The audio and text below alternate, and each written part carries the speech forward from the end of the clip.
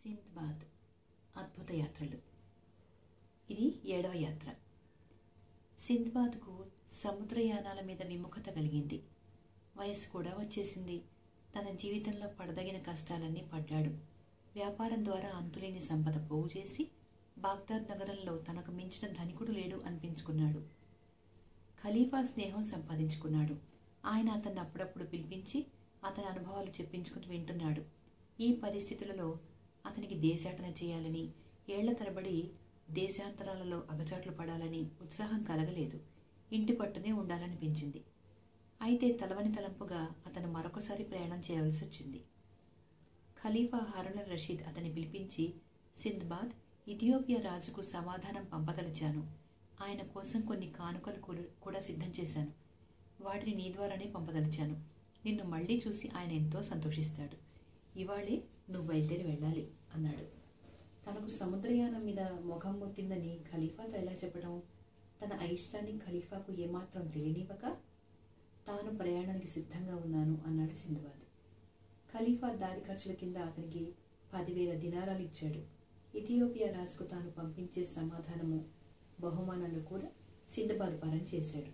ఖలీఫా పంపే బహుమానాలలో ఎర్ర మఖమల్ పరుపు, మరి 2 వేరే రంగుల మెత్తలు, 100 పట్టుతానులు, తెల్ల కురువింద రత్నాలతో తయారు చేసిన కూజా, మేలుజాతి అరబ్బీ గుర్రాలు ఉన్నాయి.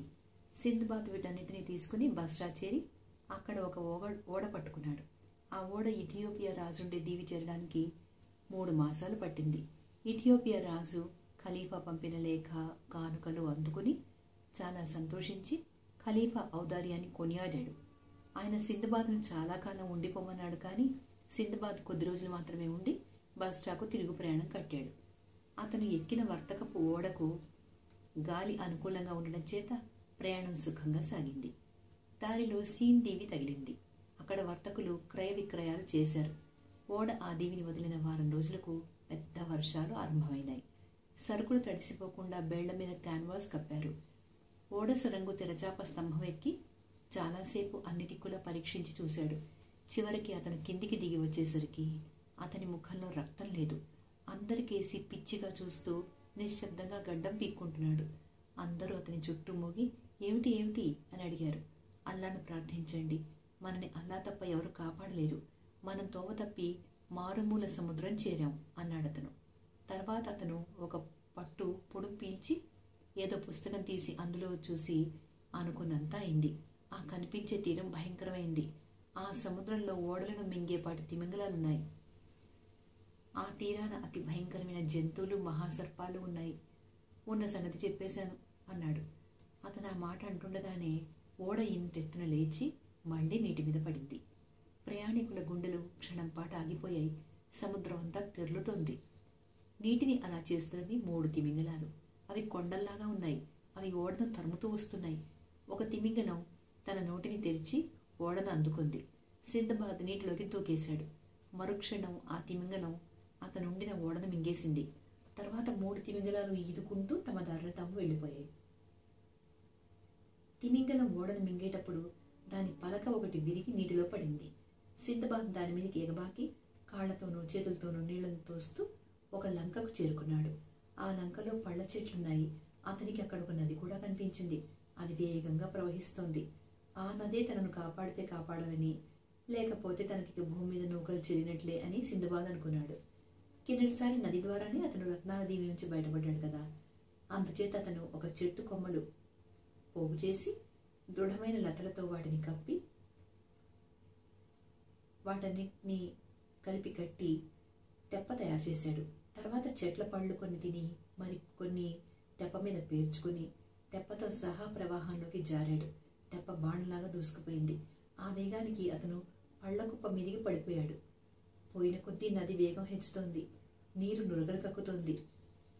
దూరాల నుంచి హోరు వినవస్తోంది. ముందుకు చూస్తే అంత దూరాన నది అకస్మాత్తుగా అయిపోయినట్లు కనిపించింది. అక్కడ జలపాతం ఉన్నదని, ఆ జలపాతపు హోరే వినిపిస్తోందని సింద్బాద్ గ్రహించాడు. తాను తెప్పతో సహా ఆ జలపాతంలో పడిపోతాడు. అదే తనకు ఆఖరి క్షణం. అతను మనసు భగవంతుడి మీద లగ్నం చేసి కళ్ళు మూసుకుని తెప్పను గట్టిగా కరుచుకొని పడుకున్నాడు. తెప్ప జలపాతాన్ని చేరడము, పడిపోవడానికి ఒరగటము అతనికి తెలుసు. అయితే అలా ఒరిగిన తెప్ప ఒరిగినట్టే ఉండిపోయింది. మరి కదలలేదు, కిందికి పడిపోలేదు. ఆశ్చర్యంతో అతను కళ్ళు తెరిచి చూశాడు. అతని తెప్పను ఒక వల పట్టేసింది. ఆ వలను విసిరిన వాళ్ళు ఒడ్డున ఉన్నారు. వాళ్ళు వలను లాగి తెప్పను ఒడ్డుకు చేర్చారు. సింధుబాదు చలికి వణుకుతూ సగం చచ్చి ఒడ్డున పడుకుని ఉండగా తెల్లని గడ్డం గల ఒక వృద్ధుడు అతని దయగా పలకరించి అతని మీద వెచ్చని బట్టలు కప్పాడు. అతని శరీరం అంతా మృదువుగా మర్దన చేశాడు. వృద్ధుడు చేసిన ఈ ఉపచారాలతో సింధుబాద్కు కాస్త బలం చేకూరింది. అతను లేచి కూర్చోగలిగాడు, కానీ మాట్లాడలేకపోయాడు. ఆ స్థితిలో వృద్ధుడు స్నానశాలకు తీసుకుపోయి అతని శరీరాన్ని సుగంధ తైలాలతో మర్దన చేయించి స్నానం అయ్యాక తన ఇంటికి తీసుకుపోయి తృప్తిగా భోజనం పెట్టించాడు.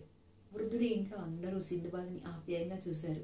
వృద్ధుడు ఇంట్లో ఉన్నా లేకపోయినా సింధుబాద్ అవసరాలు చూడడానికి బానిసలు హాజరుగా ఉండేవారు. అతను ఆ వృద్ధుడి ఇంట 3 రోజులున్నాడు. కానీ ఆ 3 రోజులు వృద్ధుడు కానీ అతని వాళ్ళు కానీ సింధుబాద్ను ఎలాంటి ప్రశ్నలు వేయలేదు. 3 రోజులకి సింధుబాద్ తేరుకొని మామూలు మనిషి అయ్యాడు. 4వ రోజున వృద్ధుడు సింధుబాద్తో, మీకు ఏ లోపమో కలగటం లేదు కదా, అల్లా అనుగ్రహం వల్ల నేను ఆ సమయానికి అక్కడ ఉండి మిమ్మల్ని ఆపద నుంచి కాపాడాను. ఇంతకీ మీరెవరు, ఎక్కడి నుండి వస్తున్నారు అన్నాడు. సింధుబాద్ ఆ వృద్ధుడికి తన కృతజ్ఞత తెలుపుకొని తన కథ అంతా చెప్పేశాడు. తాను అనేక మార్లు సముద్రయానాలు చేసిన వర్తకుణ్ణి అని సింధుబాద్ చెప్పగానే వృద్ధుడు, అలా అయితే మీ సరుకు వెంటనే అమ్మేయటం మంచిది. అది చాలా మేలు రకం సరుకు, దానికి ఇక్కడ మంచి గిరాకీ ఉంది అన్నాడు. సింధుబాద్ ఆ మాటలే నిర్ఘాంతపోయాడు. వృద్ధుడు ఏ సరుకు గురించి మాట్లాడుతుంది అతనికి అర్థం కాలేదు. అతను కట్టుబట్టలతో ఉన్నాడు. అతని వద్ద వర్తకపు సరుకు పూచికపుల్ల కూడా లేదు. అయినా ఆ మాట పైకెనక సింధుబాద్ వృద్ధుడితో, తొందరే చూద్దాంలేండి అన్నాడు. ఇంకా జాపేం దీనికి, అలా బజారుకు వెళ్ళి మంచి ధర పలుకుతుందేమో విచారిద్దాం, లేకపోతే వచ్చిన నష్టం లేదు. సరుకు నా గిడ్డంగిలోనే ఉంది అన్నాడు వృద్ధుడు. మీ ఇష్టం బాబుగారు, మీరేది చెప్తే నేను కాదంటాను గనక నేను మీ చేతిలో వాణ్ణి, నాతో చెప్పనవసరం కూడా లేదు, తోచినట్టు చేసేయండి అన్నాడు సింధుబాద్. ఇద్దరు కలిసి బజారుకు వెళ్లారు. అక్కడ తన తెప్ప ఉండడం చూసి సింధుబాద్ నిర్ఘాంతపోయాడు. ఆ తెప్పను వర్తకులు, దళారులు పరీక్ష చేస్తున్నారు.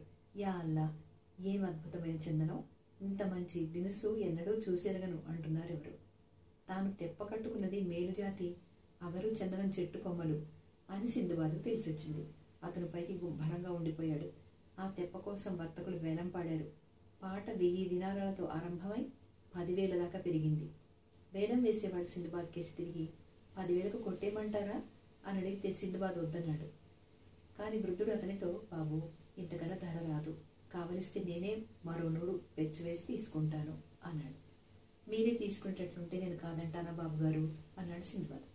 తెప్పను వృద్ధుడు ఆయన గిడ్డంగికి ఆయన బానిసల చేత చేరవేయించాడు. వృద్ధుడు సింధుబాద్కి 10,100 దినారాలు పెట్టెలో పెట్టి ఇచ్చాడు. తర్వాత ఇద్దరు కబుర్లు చెప్పుకుంటూ భోంచేసేటప్పుడు వృద్ధుడు సింధుబాద్తో అన్నాడు, బాబు, నాకు మగపిల్లలు లేరు, కానీ బోలెడంత ఆస్తి ఉంది, చాలా పదవులు కూడా నిర్వహిస్తున్నాను. నా ఆస్తికంతా వారసురాలు నా కూతురు, దాన్ని పెళ్ళాడి నా ఆస్తికి హోదాలకు వారసుడు అవుతావా? బావయ్య, మీ మాట ఇలా కాదనేది అన్నాడు సింధుబాద్. వెంటనే వృద్ధుడు కాజీని సాక్షులను పిలిపించి సింధుబాద్కు తన కుమార్తెనిచ్చి పెళ్లి చేశాడు. ఆమె చాలా అందమైంది. ఆమె వంటిన అనేక వేల దినారాల విలువగల నగలున్నాయి. ఆమెతో అన్యోన్యంగా కాపురం చేస్తూ మామగారికి వ్యాపారంలో సహాయపడుతూ సింధుబాద్ చాలా కాలం అక్కడే ఉండిపోయాడు. కొంతకాలం గడిచాక సింధుబాద్ మామగారైన వృద్ధుడు చనిపోయాడు. సింధుబాద్ ఆయనకు ఉత్తరక్రియలు ఆర్భాటంగా జరిపించాడు. మామగారి ఆస్తికి వారసుడై ఆ ప్రాంతానికి తానిప్పుడు ముఖ్యుడైనందున సింధుబాద్ అక్కడి ఆచారాలను మరింత శ్రద్ధగా పాటించాల్సి వచ్చింది. అతనిప్పుడు ఉన్న నగరంలో ఏటా ఒక వింత జరుగుతుంది. ప్రతి ఏడు వసంతకాలంలో ఒక రోజున అక్కడి పురుషులకందరికీ రెక్కలు వస్తాయి. ఆ రోజుల్లా వారు గగన విహారం చేస్తారు. ఈ రెక్కలు స్త్రీలకు పిల్లలకు రావు. వారు నగరంలోనే ఉండిపోతారు. చిత్రం ఏమిటంటే అందరు పురుషులకు వచ్చే రెక్కలు సింధుబాద్కు రాలేదు. అందుచేత నగరంలో పురుషులంతా గగన విహారం వెళ్ళిన నాడు అతని స్త్రీలతోనూ పిల్లలతోనూ నగరంలో ఉండిపోయాడు. తనకు రెక్కలు రాని కారణం ఎంతమందిని అడిగినా తెలియలేదు. అందుచేత సింధుబాద్ తనకు రుణపడి ఉన్న ఒక వర్తకుడితో రహస్యంగా ఏర్పాటు చేసుకుని ఆ వర్తకుడి రెక్కలతో ఆకాశంలో విహరించేవాడు. అతని నడుము వాటేసుకుని తాను కూడా పైకి వెళ్ళాడు. ఆకాశంలో చాలా ఎత్తు వెళ్లేసరికి సింద్బాద్కు స్వర్గం చేరువలోనే ఉన్నట్టు, అక్కడి గంధర్వుల గానం వినిపిస్తున్నట్లు తోచింది. అల్లా, ఏం నీ మహిమ అన్నాడతను ఆనంద పారవస్యంతో. మరుక్షణమే సింద్బాద్ వర్తకుడితో సహా రాయిలాగా కిందికి దిగి రాసాగాడు. అయితే అదృష్టవశాన వారొక కొండ శిఖరాన క్షేమంగా దిగారు. వర్తకుడు సింద్బాద్ కేసి కోపంగా చూసి తిరిగి ఆకాశంలోకి ఎగిరిపోయాడు. తన గతి ఇలా అయిందేమిటి అని విచారిస్తుంటే 2 కుర్రాళ్ళు సింద్బాద్ ఉన్న వైపు వచ్చారు. వారి చేతిలో బంగారు బెత్తాలున్నాయి. సింద్బాద్ వారిని పలకరించాడు, కానీ వారు జవాబు చెప్పలేదు. వారిలో ఒకడు సింద్బాద్కు తన వద్ద ఉన్న బెత్తం ఇచ్చి ఫలాని దిక్కుగా వెళ్ళు అన్నట్టు చెయ్యి ఊపాడు. సింద్బాద్ అటుగా బయలుదేరి వెళ్ళి ఒకచోట మనిషిని మింగుతున్న పామును చూశాడు. అతని చేతనున్న బెత్తంతో మెడ మీద ఒక్కటి కొట్టేసరికి పాము చచ్చింది. దాని నోటి నుండి మనిషిని వెలికి తీస్తే అతను సింద్బాద్ని ఆకాశంలోకి ఇందాక తీసుకుపోయినవాడే. అయ్యా, మీరు నా ప్రాణం కాపాడారు. ఇంతకుముందు జరిగిన దానికి క్షమించాలి. మీరు ఒక పేరు ఉచ్చరించగానే నాలో ఎగిరే శక్తి పోయింది. మేము ఆ పేరు ఉచ్చరించం అన్నాడు. నేను ఉచ్చరించనులే, ముందు నన్ను మా ఇంటికి చేర్చు అన్నాడు సింద్బాద్. ఆ నగరంలో వాళ్ళు పిశాచగణాలకు పుట్టినవాళ్ళు. ఆ మాట సింద్బాద్ భార్య కూడా చెప్పింది. ఆమె కోరిక మీద అతను తన ఆస్తి అంతా అమ్మేసి సొమ్ము చేసుకుని దాంతో ఒక ఓడ, కొంత సరుకు కొని భార్యతో సహా బాగ్దాద్కు వచ్చేశాడు. అతన్ని చూసి అతని మిత్రులంతా చాలా సంతోషించారు, బంధువులు ఆనందించారు. ఇక ఎన్నడూ ప్రయాణాలు చేయను అని అతను వారి వద్ద ప్రమాణం చేసి యావత్ జీవితం ఆ మాట మీదే ఉండిపోయాడు.